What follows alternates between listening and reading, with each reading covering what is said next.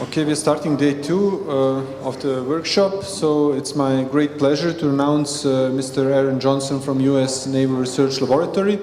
He will give a talk about the Tor Network, whom he's one of the creators. So Aaron, thank you for coming to Belgrade, and the mic is yours. Okay, thank you, Boris. A couple of points, A couple of points of order. One is that Boris had told me that I could go until 11, so since we're starting late, I probably will. So I'm not running late. This was planned. Also, I think I'm just going to stand here and not walk around. That way I can use both my hands and the mic doesn't leave my mouth. Got it, thank you. Okay. All right, so I'm going to talk about the Tor Network, a system that helps provide freedom and privacy online. I'm with the US Naval Research Laboratory. I work there with a group that does a lot of research on anonymous communication, in particular with Tor. I'll talk a little bit about the history of Tor and where it came from. This is more of a tutorial style. It's not going to be that technical, but I'd like you to come away from this talk understanding kind of what Tor provides, why people might use it, why you might use it, roughly how it works. At a technical level, it's a system that involves networking concepts and protocols and cryptography and network security, but I'm not assuming that kind of background from everybody, so hopefully I won't go too much into detail. If you already know a lot about Tor, honestly, probably will know most of what I'm talking about, so if you want to check your email for large parts of this talk, that's totally fine. Okay, so I'll start with a very quick overview of what Tor is. Tor is this cloud in which users on the internet can make connections through it to destinations. That's these servers on the right. In a way that third parties can't figure out who they're connecting to. That is, the destination might not know where the connection is actually originating from. Somebody who's watching in the middle can't figure out who's talking to who. And there's also this component of Tor that provides censorship circumvention. That is, if there's a wall that some censor is trying to put up between you and the internet to prevent you from going to certain sites, Tor will help provide a way around that. So looking into this cloud, Tor consists of a bunch of onion routers or relays. I'll use the term relays more commonly than onion routers throughout this talk. And Tor is based on a system design known as onion routing. It's actually very straightforward how this works and how the onion routing concept, so I'll just go ahead and describe it. The user constructs a sequence of connections. So the first connection is between the user and the first relay that he chooses, and they exchange a pair of keys. This is the same key. It's the same color, same key. Both of them have it, and they're negotiated over this initial connection. And then the user uses this initial connection to create a connection to the next relay. Now notice that the second connection goes through the first one. So the second relay doesn't know the user. He only sees the previous relay. Moreover, there's another key negotiated through that first relay that's only known to the user and to the second relay. That the first relay doesn't know it, and somebody that's just watching the network doesn't know it, which means that what this user is saying to this relay is not known to that relay. This is encrypted multiple times with the second key and then with the first key, and then it's removed as it goes through. That's where the term onion routing comes from. Like layers of an onion, you have layers of encryption. And you can repeat this as many times as you want. The way it works in Tor and the way that I pictured it here, there are 3 hops. So then you tunnel an additional hop, additional key, and then that last guy will eventually connect to the true destination. And Tor doesn't do anything here. And that's by design. This way, the destination doesn't need to know that it's talking to a Tor user. He doesn't need to speak any protocol. That's unusual. It's just a typical TCP connection over the internet as far as this destination is concerned. And that allows you to visit any host on the internet, whether or not they've ever heard of Tor. But that also means that this is unencrypted, it's unauthenticated, so you're vulnerable to, as you would normally be, if you did this without Tor, this connection would be unencrypted, at least by default be unencrypted and unauthenticated. If the higher level protocol it's running over the system is itself encrypted, like HTTPS, then that would follow all the way to the end. But that depends on the application layer. So the Tor project is an actual nonprofit. And it involves a bunch of software products and also running systems. So here's a collection of some of the ones that are most useful, most popular. I mean, there are probably a dozen more than a dozen supported software projects supported by the Tor project and the Tor community. But these are the ones that users might more directly interact with. So the one that I was just talking about before this is called Tor, also called little t Tor, because it's the implementation that runs the protocol. And this implementation actually rolls a bunch of things into one. You can run, as a client using this thing, you can actually run a relay using this thing. You can run an onion service, which I'll describe later, using this thing. So most users will actually not download and run Tor, a little t Tor, but instead will usually download and run Tor browser. Tor browser has bundled little t Tor inside of it, so you don't have to do more than one thing. It's all inside of Tor browser. And Tor browser is a web browser. You just download it like you would download Firefox or Chrome, and you just connect to the internet as you would use either of those. It's actually a fork of the Firefox browser. And I'll talk a little bit more about cooperation between the Tor project and Firefox. And this, also I mentioned that Tor browser isn't just Firefox on top of Tor.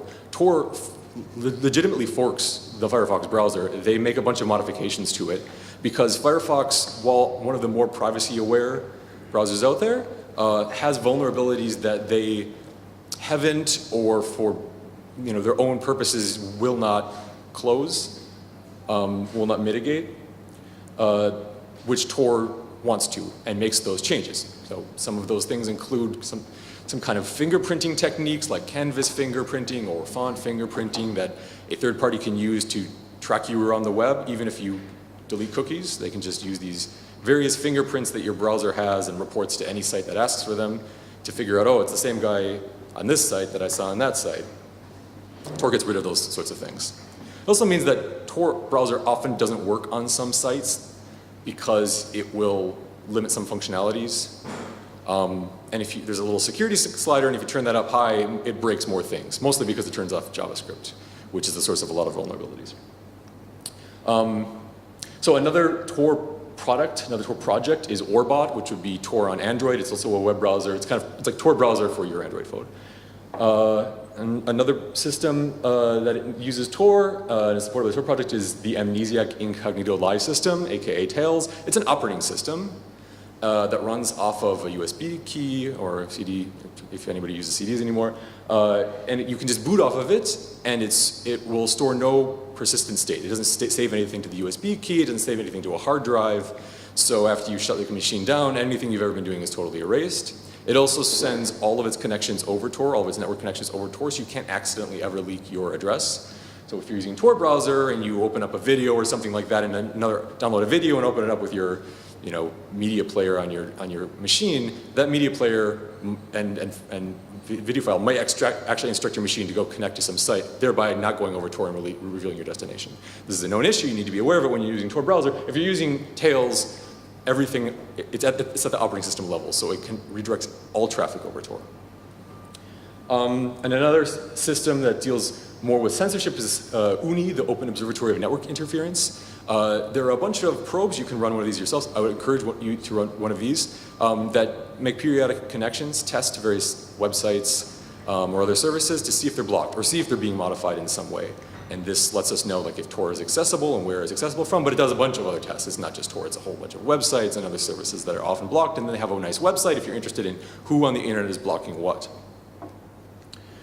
Okay, so going back to Tor, as a system, the motivation for Tor was, there's a bunch of reasons why one person might want to use Tor. In general, for people that are trying to avoid surveillance or censorship, Tor is a good option.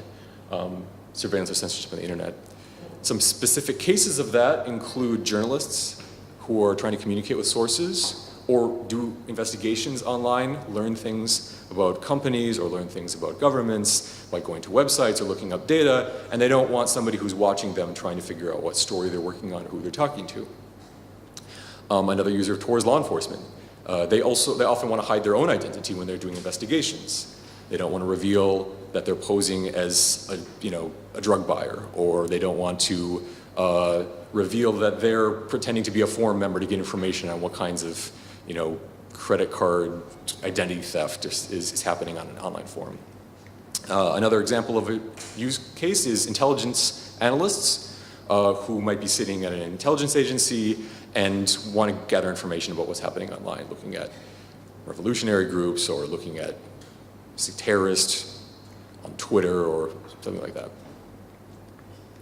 And it's actually very popular. There are many, many people that use Tor. If you use Tor right now, you would be far from the only people using Tor. You'd be far from the only people using Tor in Serbia today, right now, probably. So every day, Tor estimates that there are around 2 million users. Tor as a system sends over 100 gigabits per second of aggregate traffic. There are over 6,000 relays that are running in over 75 countries. And it's growing. It's grown a lot in the last 10 years. I mean, it's probably half this 7 years ago. You might be wondering where Tor came from, who runs it, who pays for it.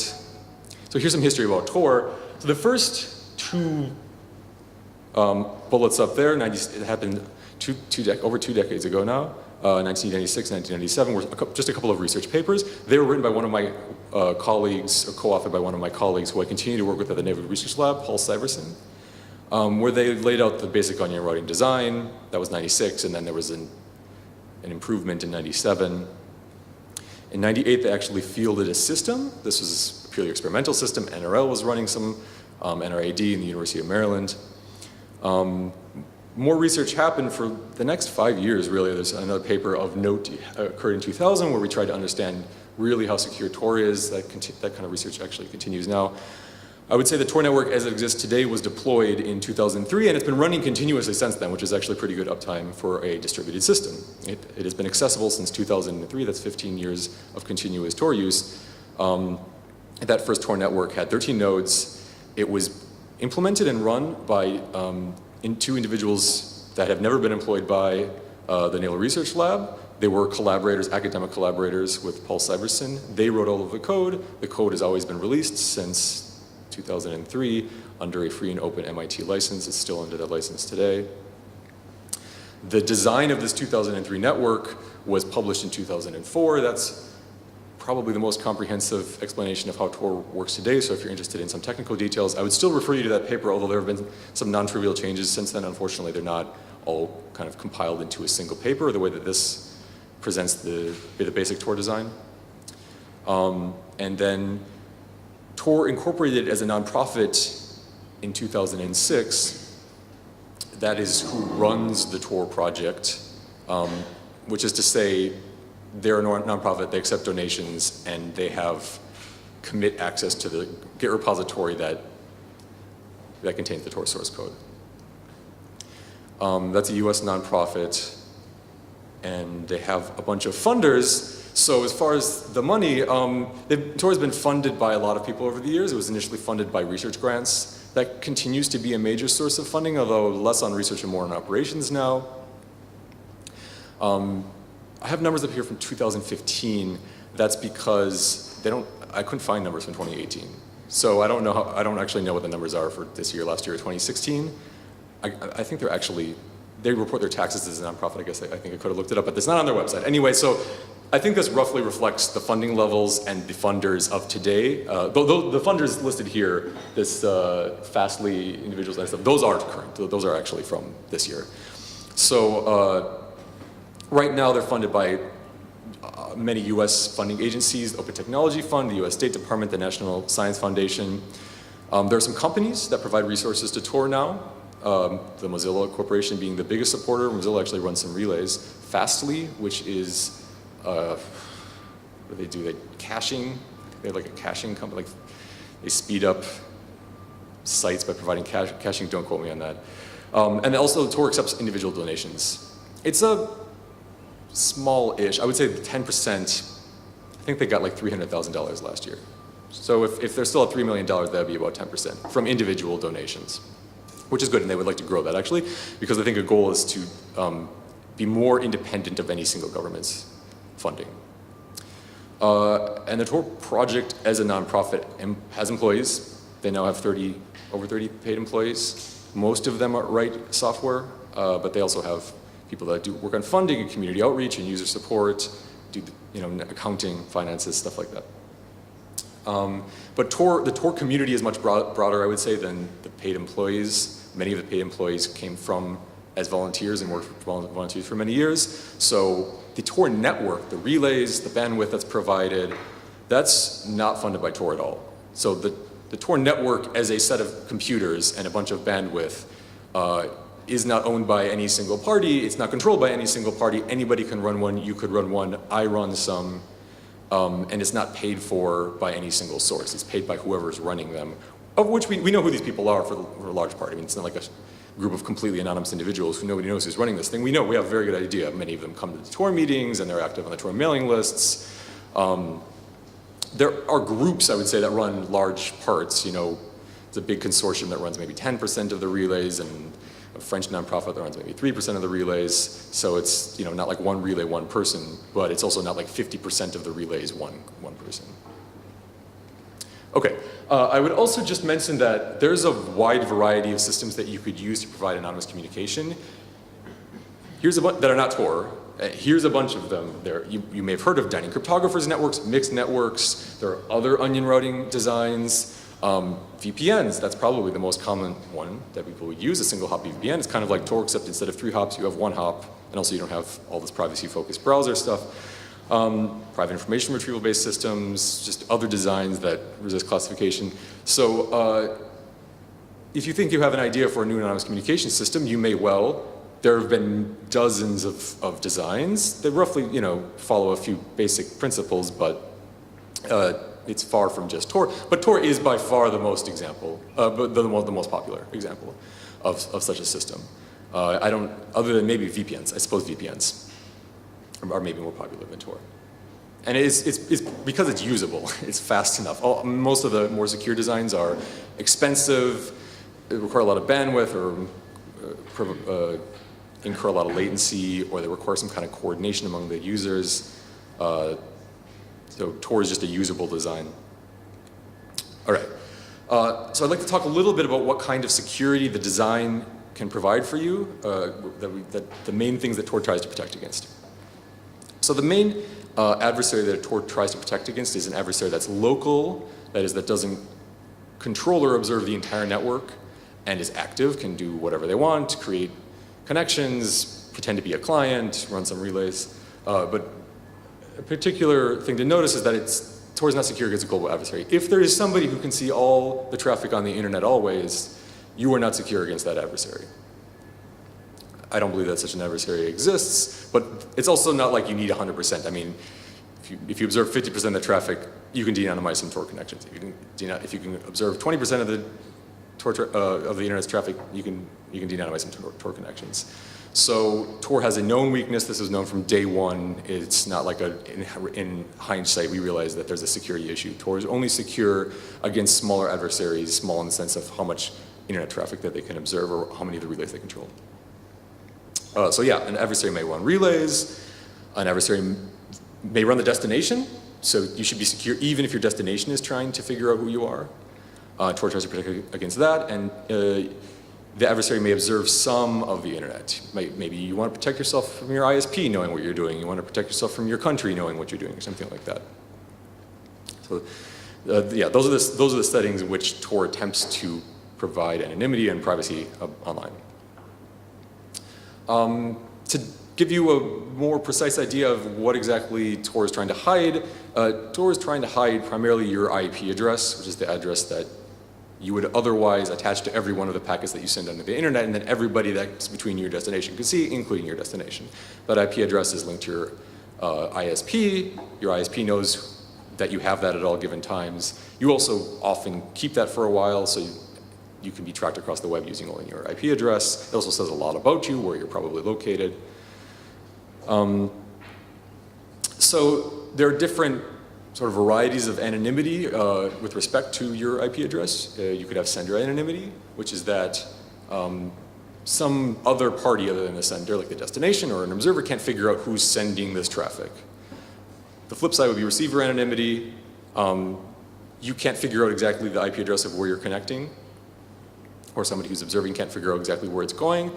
And then there's a third that I would call unobservability. That is, you can't tell that somebody's using the system, and this is kind of necessary for censorship circumvention. If it's easy to tell somebody's using Tor, you could just block those connections as a censor.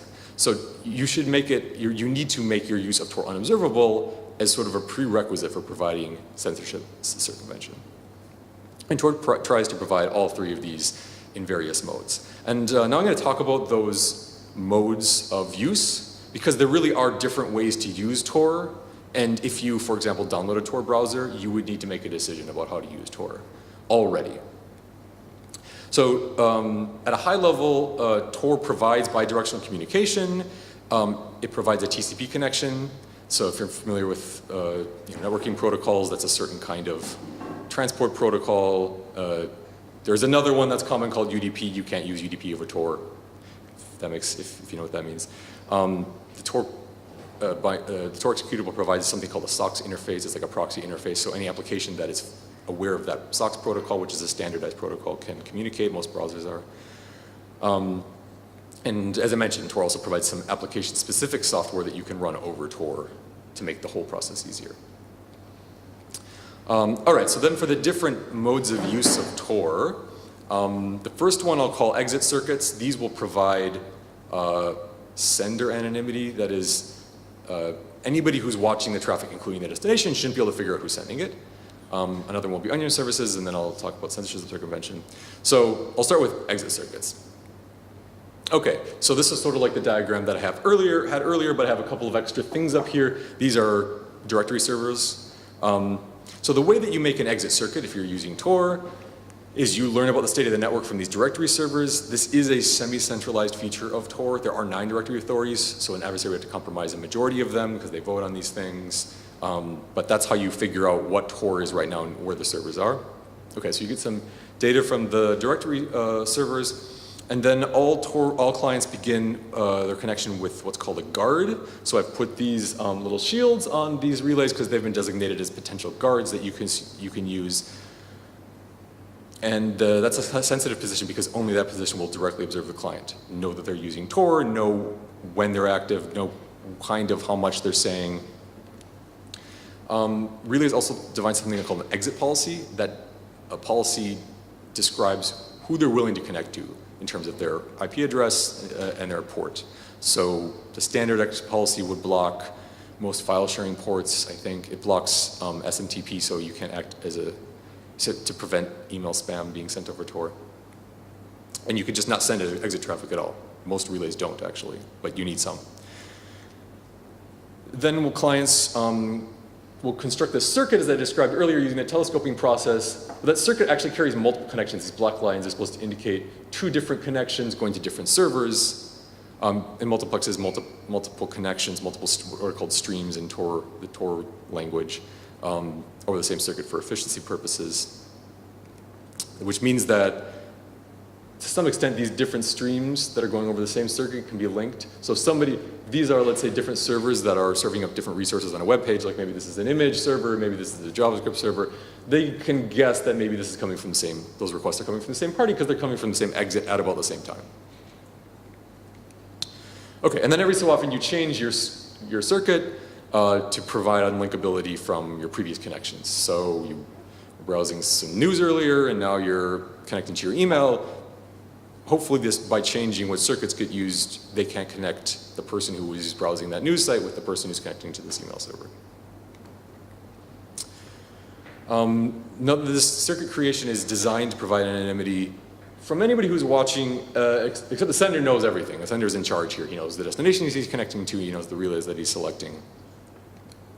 Okay, so this will contrast with another way to use Tor, which is something called onion services. If you've ever heard the term the dark web, this is what is often referred to as the dark web. Tor doesn't like that term. I think it has negative connotations. So they have a nicer term, I think, called onion services, which is pretty neutral.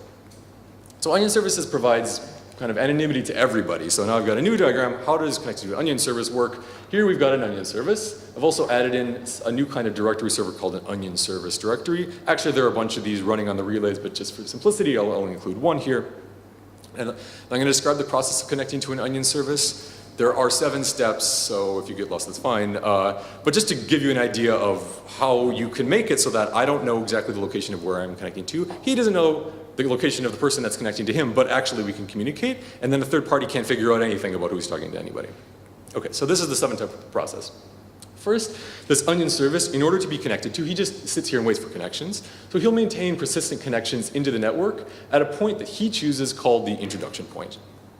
Okay, step 2, the client needs to learn the address of the onion, which is some long string xyz123 whatever, .onion. I'll actually have examples of onion addresses later in this talk.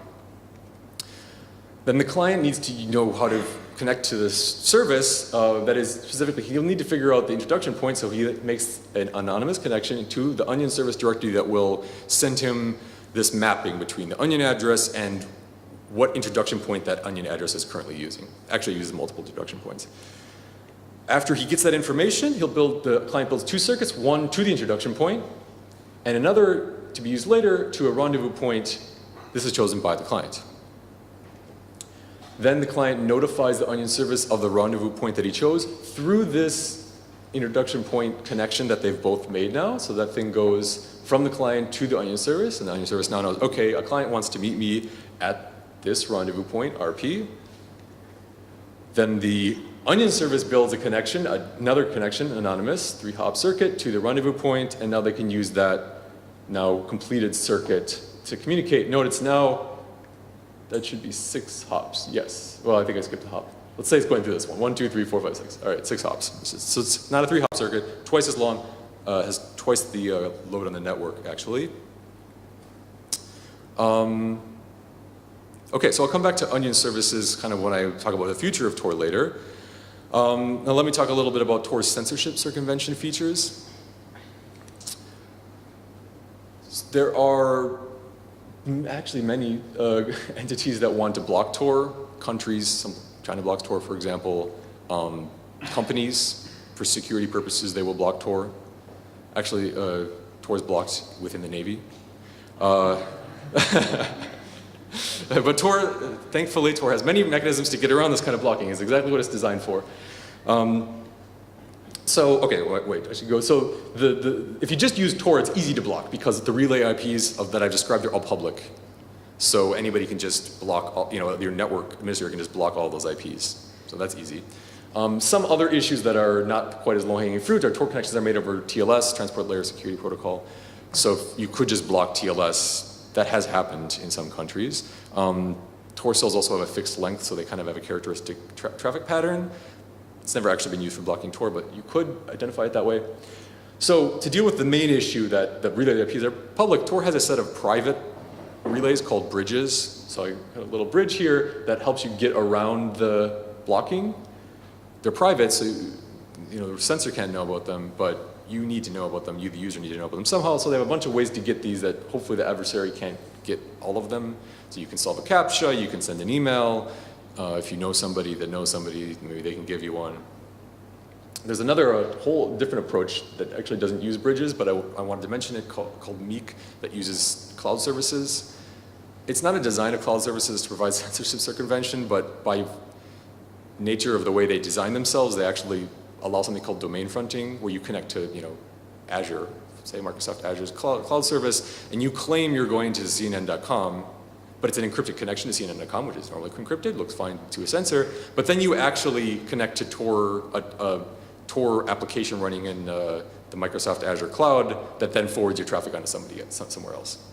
So I would say that these are actually the most effective because very few people want to block, the Amazon cloud. But lately, various cloud providers have realized that this is not a business they want to be in. This was never what they designed it for, and have started shutting down the applications that are providing this. So Azure actually, I think, still allows this, but Amazon has announced that they're going to support this anymore. Google has announced that they're not going to support this anymore. So it was nice while it lasted, but this, I think, is the longer-term solution. So then to deal with the fact that Tor connections are made over TLS, the adversary wants to block, or it's more often the case, just slow down TLS if they just don't like encryption. Tor has its own set of what it calls pluggable transports. So it kind of disguises the connection here so it doesn't look like a TLS connection. You can put stuff, any traffic over pretty much any protocol. Tor designs one that just is called OBS proxy. This is the 4th version that just makes it look like completely random bits. There are no identifying strings, there's no version numbers, nothing, just a string of random bits. A design that's kind of interesting is called Skype More for Freewave, that you can send it over VoIP. You can look like a voice over IP call, but it's actually just Tor traffic. That one I don't think, it's not running at scale. There was a research prototype. But this one is in Tor. You could use ops proxy if you wanted to. Okay, and then just to deal with the fingerprinting issue that, oh wow, they're sending traffic that looks like a bunch of Tor cells. That doesn't look like regular web traffic.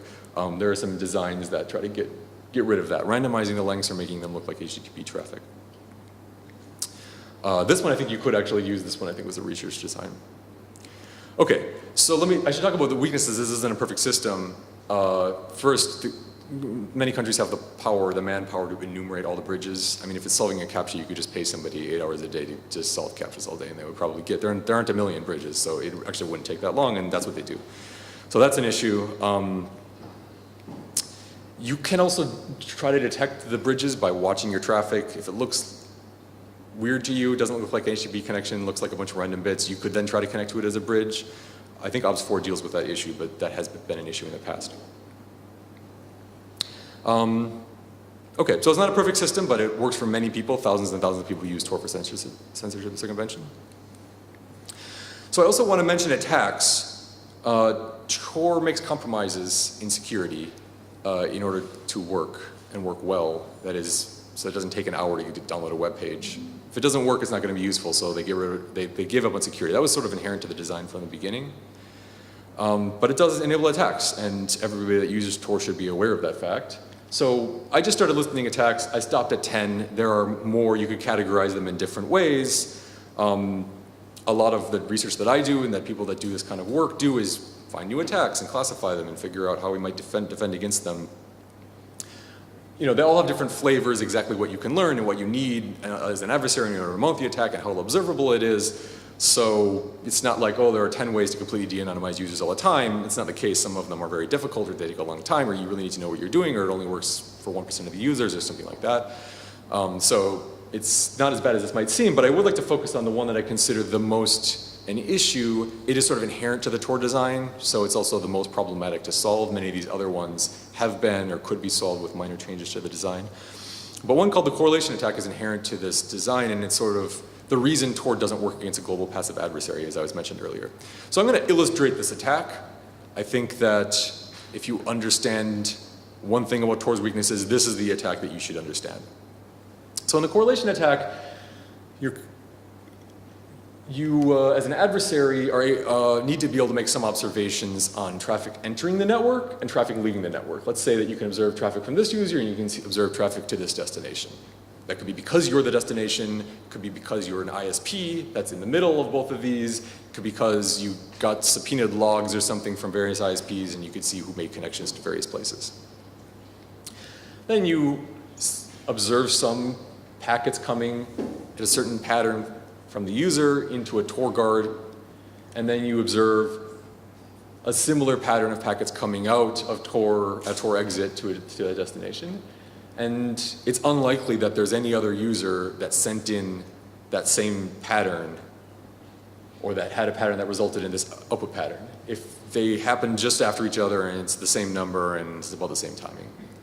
And Tor doesn't really do much about this because the ways to deal with this are slow down the packets so that you change the pattern in the middle here, but that adds latency, or add new packets so that there are new things in here so it doesn't look exactly the same. That adds bandwidth.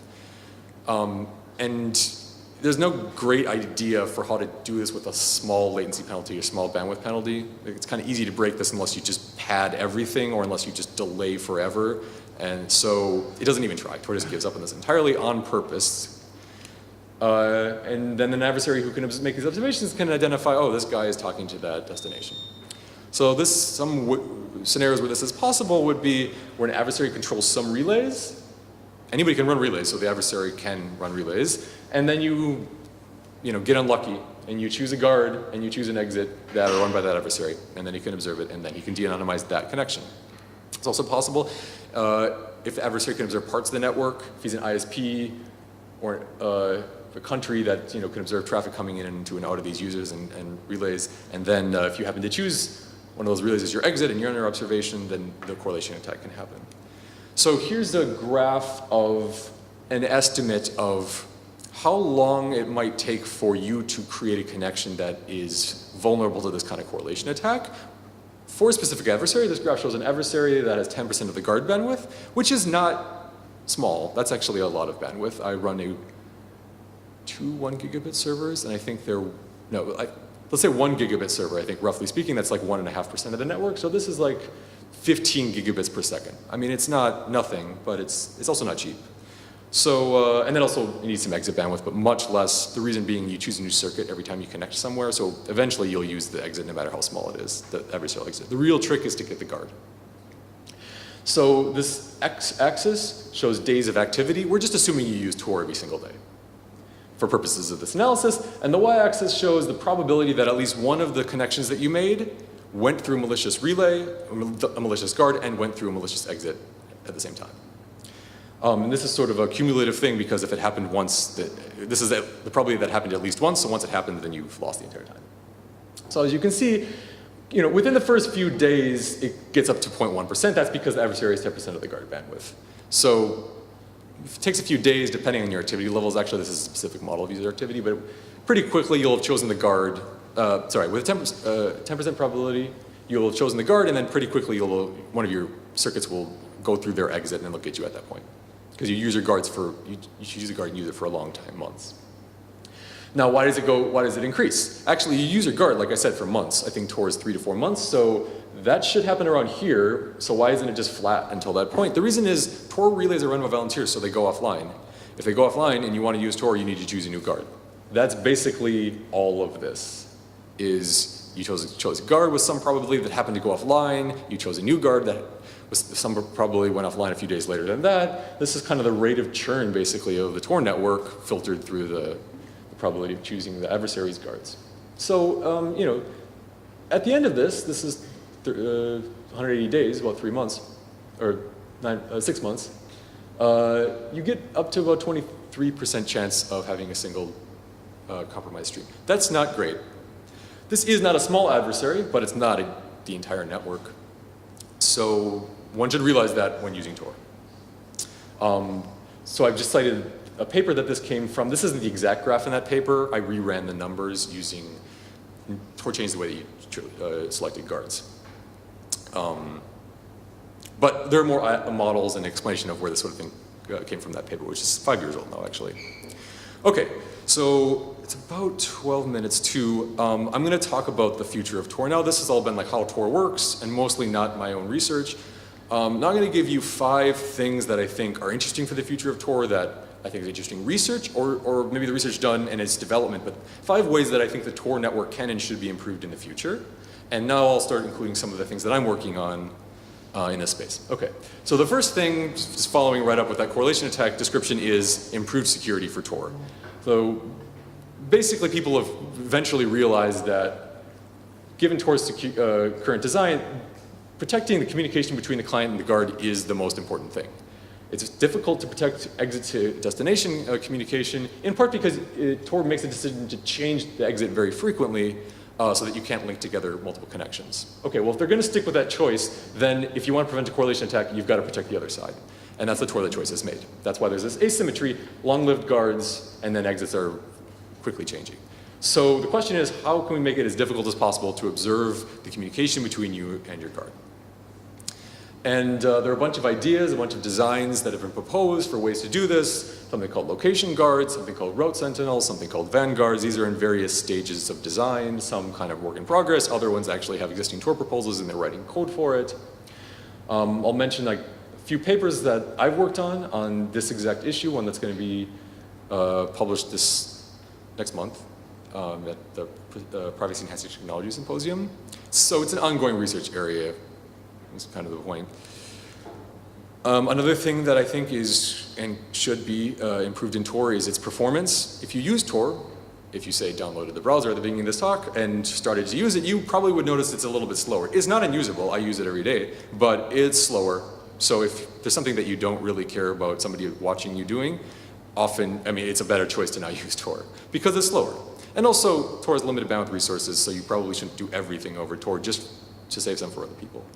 But we would like to improve this performance. You know, at issue here is, let's say that I'm sitting in Belgrade and I'm going to a server in Washington, D.C., and I chose relays, so, oh, maybe my guard is, you know, in, I don't know, Ukraine, but, oh, I got sent to Buenos Aires or something, and then I was sent over to San Francisco. And you're kind of bouncing around the world, you're going over network links and cable, you know, transatlantic cables, and the relays themselves are run by volunteers, so, you know, maybe just some VPS that's running $10 a month or something.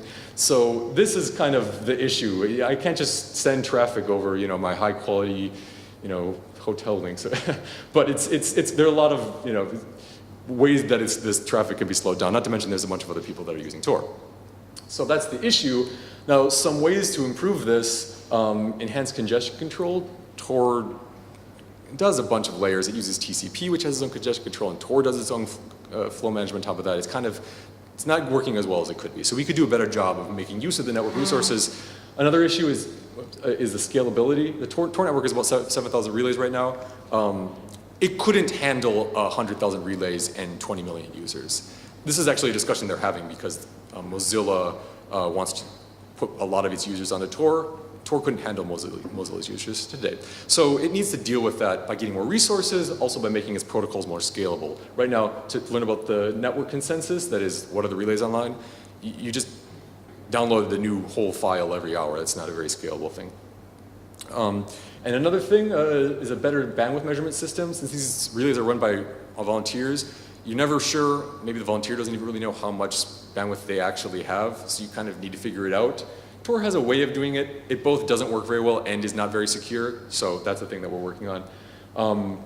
Yeah, I've done some work on this, tried to incentivize users to run relays by adding some kind of monetary, well, some benefits. And then we had a paper last year where we described a load balancing system for Tor that's better in all ways. Okay, another way that Tor can be improved is to improve the transparency while protecting privacy. There's sort of this tension actually. You know, Tor is supposed to hide what's going on in the network, but it's actually in Tor's interest to have some idea of what's happening inside the network. You know, how many users does it have? How many onion services are running? How much traffic is it sending? I mean, just to know, is anybody using this thing? Is what we're doing and spending all this time and money on being useful to anybody? There's anecdotes, but you know, it's hard to tell from talking to people. Is that 10,000 people or 10 million people? What are they using it for? If everybody's just using this to, I don't know, you know, watch movies or something, you know, that's fine, but that's not exactly like a human rights issue. So are people that are in actual danger that use this, is this making their lives better in a very serious way? Those are reasons why we might want to know what's going on inside this big cloud. Also, are there any attacks happening on Tor? It's kind of hard to protect your network if it's so opaque that you don't even know if you're under attack. And then there's an issue of abuse on Tor. People use Tor, unsurprisingly, criminals use Tor unsurprisingly to do things like do denial of service attacks and do brute force, like SSH login attacks. They use it to try to run web vulnerabilities. They'll scan your website to try to do WordPress, you know, exploits and stuff like that. So it'd be nice to know at least how often that happens, and then maybe we can do something about it once we start looking. But there's an issue here, which is how do you kind of reveal what's going on while not revealing the private things? I mean, we could figure this out. Every relay could just tell everybody what's happening, but that would, of course, destroy the point of the system. So there's a sort of tension here. And resolving this tension has been something that I've been working on. There's a series of papers that describe how you can publish kind of aggregate level statistics with some privacy guarantees. Tor actually, I worked with the Tor project to release its onion service statistics using something called differential privacy, which is this really nice mathematical definition that came out of the research community for privacy. We described in a couple of recent papers how to use cryptographic aggregation systems. So every relay can put in its input, and then out pops sort of some aggregate of like how many users there are, but you can't figure out what any of the inputs were. Okay, so another future improvement or advancement of the Tor network would be to do what I would call onionize the internet. That is, for everything on the clear web, which is a term that I find convenient for describing things that are not going over Tor, we could have an onion space version of that. Here are some of them, actually. You might think that's a crazy idea, but DuckDuckGo, which is a search engine, is actually the default search engine I use. I recommend it. They don't track your searches. Has an onion service. This is the onion service. If you open up Tor and you put that in, that will take you to DuckDuckGo. It's not a separate service. It is DuckDuckGo. It just, they run an onion service so that you can get to them through Tor basically more securely without relying on some of the insecure internet protocols. Facebook runs one. They found this really slick address. You normally can't choose your address. New York Times runs one. That's just the New York Times website. ProPublica, which is an investigative journalist site, also runs their own onion service. All of these, as far as I know, I'm not totally sure what Debbie and I are running something called single onion services. So there was this proposal that I wrote with some of the Tor people a few years ago to get rid of the anonymity on the onion service side. That is, instead of making a 3-hop connection on the onion service side and the client side, so it's 6 hops, just get rid of the onion service side. I mean, you might ask, why use Tor then? Well, the reason is Tor does all these other things, actually, that are very useful. Like, these names are self-authenticating. I don't need some other authority to tell me this is the, I'm actually talking to the New York Times. This is a hash of the public key. So if you have this name right, then you're cryptographically assured that you're talking to the right party without some certificate of authority system that is vulnerable and has been attacked successfully by hackers and countries and is inherently a political process as well.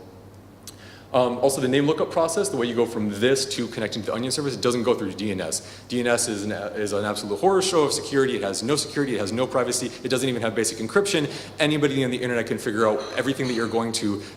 In fact, they sell this information. I know because I've bought this information. The root servers have lists of all the IP addresses and all the DNS names that they looked up. The DNS names like, you know, Google.com, NewYorkTimes.com, you know, every domain name that you've ever seen in your browser has flown onto the internet and has been logged and is now up for sale. So if you wanted to avoid that, you could do something like go to an onion service. They can't figure out what you're looking up. They can't record it, and then nobody can tell. It's encrypted. It's authenticated.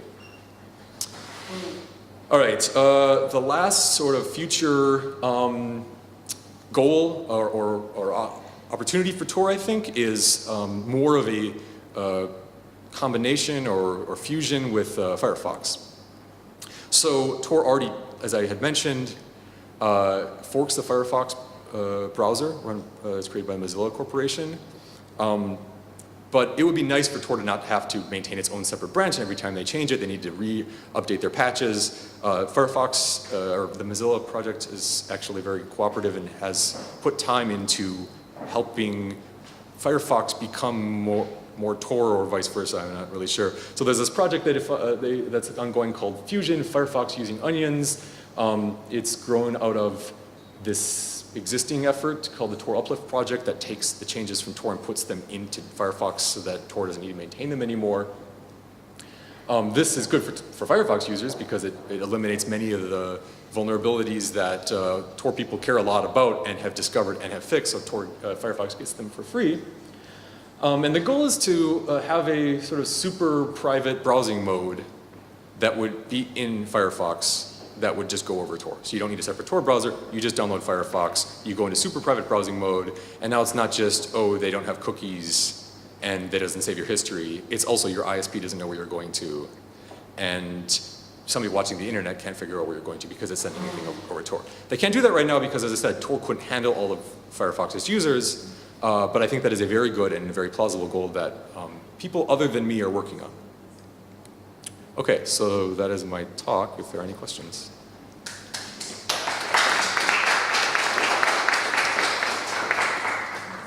So you can choose, actually, there are questions for our... Yes, okay.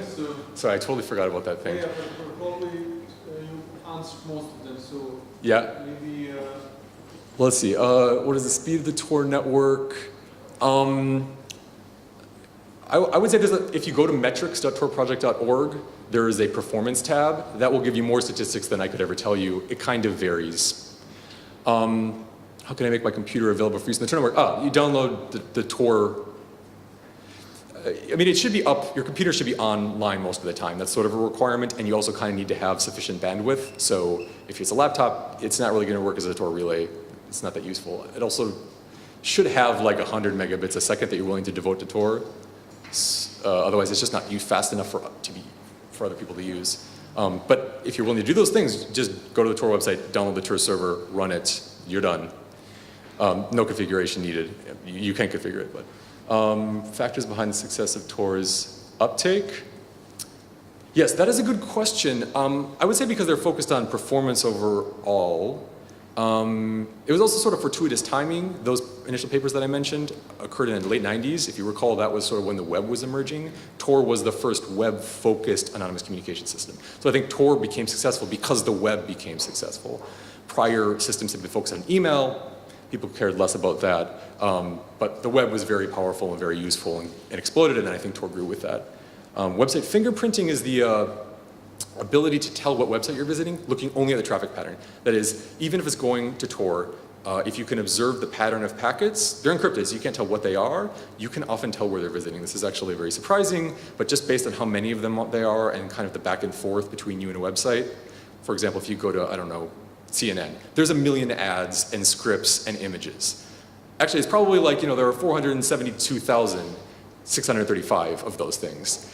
If you go to the New York Times, it's probably like 313,416. Wow, that's different, actually. Now I need to go back and forth this 400 and whatever thousand versus 3. So there's actually a huge space for a signal inside that traffic pattern, and that's what website fingerprinting is. Tor can handle Firefox users because, yeah, it doesn't have enough relays. That's the main reason. So I don't know if I missed some of the questions at the top, but.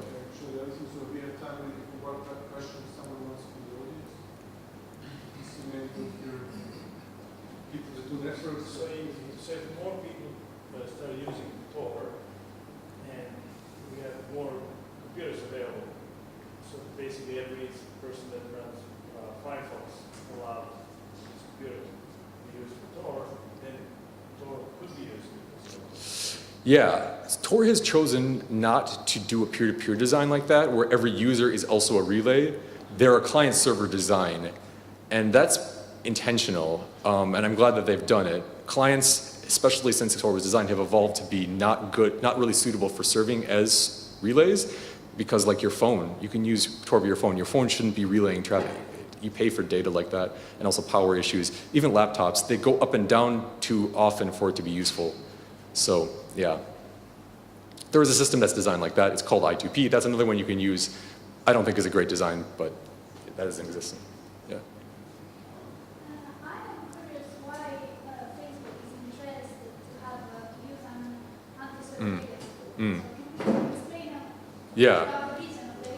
Yeah, that's a good question. Why is Facebook running an onion service? Why do they care about Tor?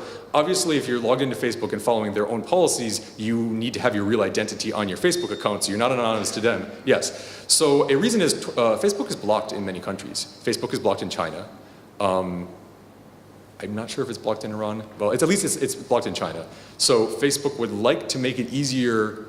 Okay, I'm not totally sure this is the reason, but I can imagine that Facebook would like to make it easier for your users to get to their service, but they probably don't want to directly, come in conflict with their authorities, so they kind of like use Tor, which already exists and is not them. That's sort of maybe a way. But their ostensible reason, the one that they actually state, which is probably also true, is that this allows you, for the people that use Tor already, of which there are many, to access Facebook, because maybe you're getting around blocking at work, or you don't want, your school to know that you're using Tor during your classes or something like that. It's actually faster to access an onion service because it doesn't go over an exit relay, and the exit relays are slow because there are fewer of them. It's sort of a technical point, but actually if you run an onion service, the people that will be using Tor to connect to you, it's faster for them. So Facebook had users that use Tor. They want to make their Facebook faster for their Tor users, so they ran an onion service. That's another reason, and probably the biggest reason for them actually, third, but the biggest is this allows them to treat their Tor users specially. They go through a little extra authentication when you log into Facebook that their normal users don't. And then it prevents them from accidentally blocking you. So Facebook has an automated system to figure out if a server is malicious, and then it will just get blocked. Like if you send a bunch of spam, that's a big problem for them, people trying to spam their website, and they create fake accounts and with beautiful pictures of women and like, hey, be my friend, and then they say, hey, go to my website. Facebook tries to block those users. One of the ways they do that is they identify the IP addresses of who's doing these spamming attacks or whatever else, and they block them. Well, if you send it to Tor, then suddenly all of Tor is blocked. So to avoid that, they have this onion service because Facebook knows it will never block the onion service. So that's another reason. Yeah. Okay, thank you a lot. Yep.